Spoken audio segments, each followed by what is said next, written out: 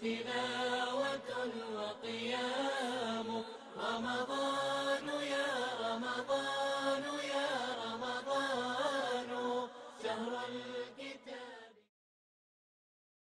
الحمد لله رب العالمين، والصلاة والسلام على سيدنا محمد وعلى آله وأصحابه أجمعين.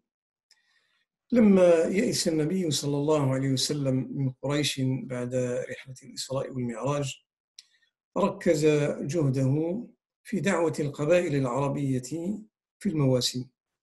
يقول ربيعة بن عباد رضي الله عنه: إني لغلام شاب مع أبي في منى، فإذا بالنبي صلى الله عليه وسلم يقف على منازل القبائل من العرب يقول: يا بني فلان، إني رسول الله إليكم يأمركم أن تعبدوا الله ولا تشركوا به شيئا، وأن تخلعوا ما تعبدون من دونه من الأنداد، وأن تؤمنوا بي وتصدقوني، وأن تمنعوني حتى أبين عن الله ما بعثني به. Le prophète sallallahu alayhi wa sallam, donc, lorsqu'il perdit espoir de voir les notables de Quraysh, ils ont accepté son message, il se concentra dans l'appel aux tribus arabes durant les rencontres saisonnières qui les réunissaient. Le compagnon Rabi'a ibn Ibad rapporte en disant: j'étais un jeune homme accompagnant mon père à Minan durant le pèlerinage, lorsque nous vîmes le prophète sallallahu alayhi wa sallam qui allait donc voir dans le campement, qui allait voir donc les tribus arabes les unes après les autres. Et donc, lorsqu'il arrivait à une tribu, il s'adressait à eux en disant: je suis le messager d'Allah, disons, qui vous a été envoyé. Il vous a ordonné de l'adorer et de ne lui associer aucune divinité. Il vous ordonne de ne point adorer d'autres divinités que lui, et il vous ordonne de croire en moi et de me protéger afin que je puisse diffuser le message dont il m'a chargé. ويستمر ربيعة قائلا: وكان وراءه رجل وضيء له غديرتان أحول، فإذا فرغ النبي صلى الله عليه وسلم من كلامه توجه إلى القوم وقال لهم: إنما هذا يريد منكم أن تخلعوا اللات والعزى إلى ما جاء به من البدعة والضلالة، فلا تطيعوه ولا تسمعوا له. يقول ربيعة: فقلت لأبي: من هذا الذي يتبعه ويرد كلامه؟ فقال لي أبي: هذا عمه أبو لهب.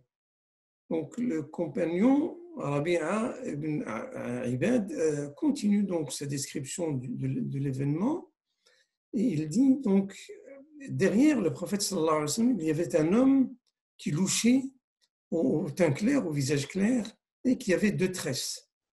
Il avait une longue chevelure, il avait deux tresses. Et il attendait que le prophète sallallahu alayhi wa sallam termine son discours, puis il s'adressait aux gens de la tribu en leur disant: celui-ci veut que vous abandonniez l'adoration d'Allat et d'Al-Uzza, qui sont les divinités de Quraysh, et il veut vous entraîner à adorer une déviation qu'il a inventée. Donc, ne lui obéissez pas et ne l'écoutez pas. Et donc, Rabi'a continue en disant: je demandais alors à mon père: mais qui donc est cet homme qui le suit partout et qui réfute ses propos? Et mon père me répondit: c'est son oncle Abu Lahab. واستمر النبي صلى الله عليه وسلم يدعو فلا يستجيب له أحد حتى كانت السنة 11.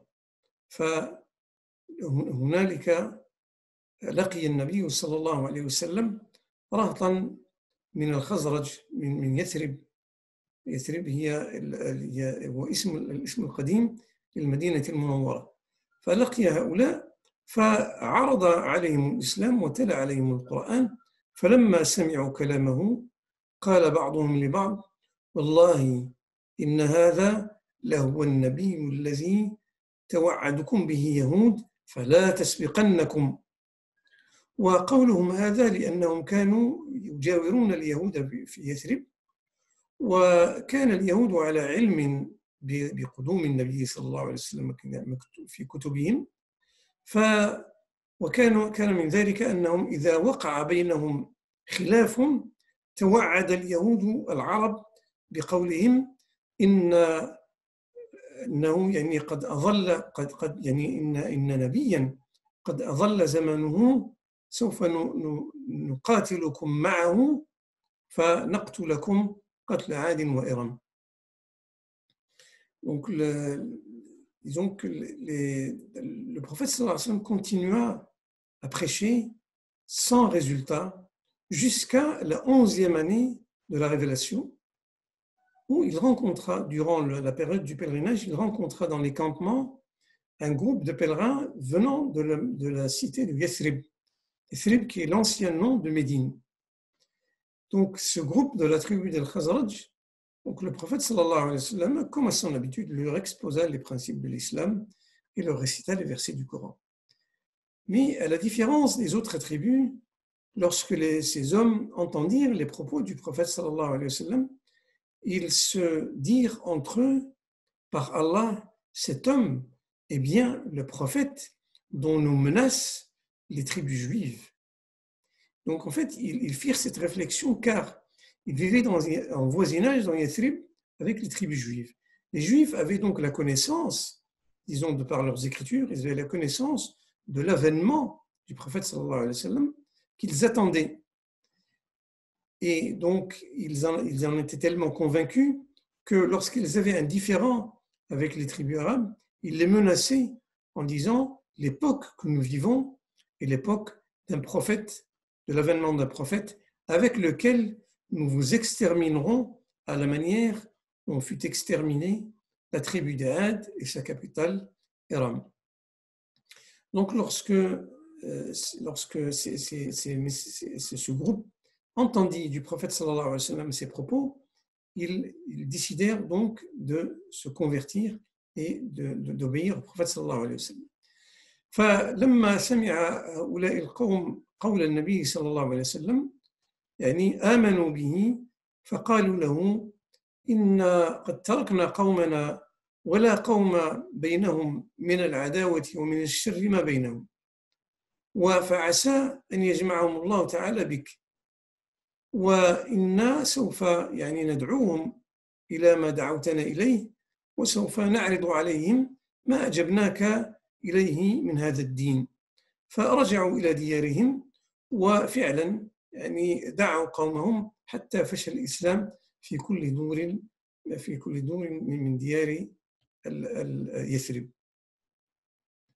Donc le groupe dit alors au prophète sallallahu alayhi wa sallam, nous avons laissé les deux grandes composantes de nos tribus, l'Aws et al-Khazraj, nous les avons laissés dans un état de discorde, de désaccord et de haine mutuelle incomparable. Donc nous espérons que Allah subhanahu wa ta'ala fera de toi la cause qui les réconciliera. Donc nous allons leur transmettre le message que tu nous as transmis et nous allons leur exposer les principes de la religion que tu prêches. Et si ils l'acceptent à l'unanimité, aucun homme ne sera mieux protégé que toi. Et effectivement, ils retournèrent dans leur cité et ils tinrent donc leurs promesses et ils firent en sorte de diffuser le message de l'islam jusqu'à ce qu'il fût diffusé dans tous les foyers de la cité de Yathrib.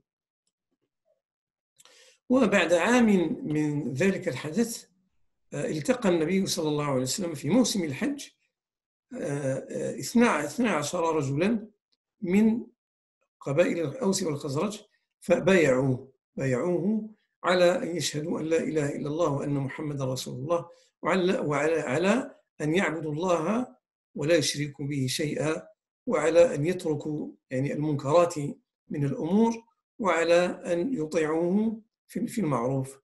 فرجعوا يعني بعد بيعتهم إلى يثرب وأرسل معهم النبي صلى الله عليه وسلم مصعب بن عمير حتى يعلمهم مبادئ الإسلام. Donc, un an après cette rencontre,